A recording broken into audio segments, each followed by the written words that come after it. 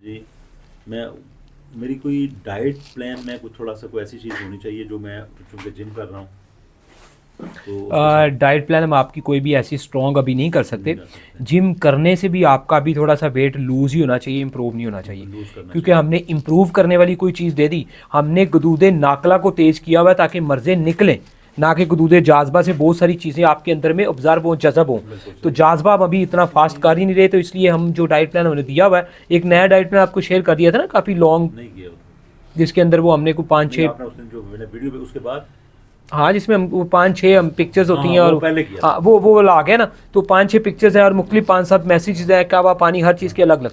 तो उन सब में से काफ़ी चीज़ें हैं जिसमें हमने बताया हुआ है कि 15 दिन के बाद आप कुछ करेले कीमा, करेले गोश्त, चिकन कीमा, कुछ मटन कीमा, कुछ इस तरह का कीमे की शक्ल में गोश्त थोड़ा बहुत आप यूज़ कर सकते हैं, क्योंकि उससे भी सब्जी डाल के या सिर्फ खाली कीमा ही बना के, मटन का क्यों ना हो या चिकन का क्यों ना हो या किसी परिंदे का गोश्त का हो, तो वो भी खाया जा वो सकता खा है, रहा हूँ। क्योंकि वो डाइजेस्ट हो जाता है, बॉडी की थोड़ी सी पावर्स बढ़ती हैं, और रेगुलर नहीं, इस तरह कभी कभी उसको आप ले सकते हैं, टेस्ट भी अच्छा हो जाता है। ठीक हो गया।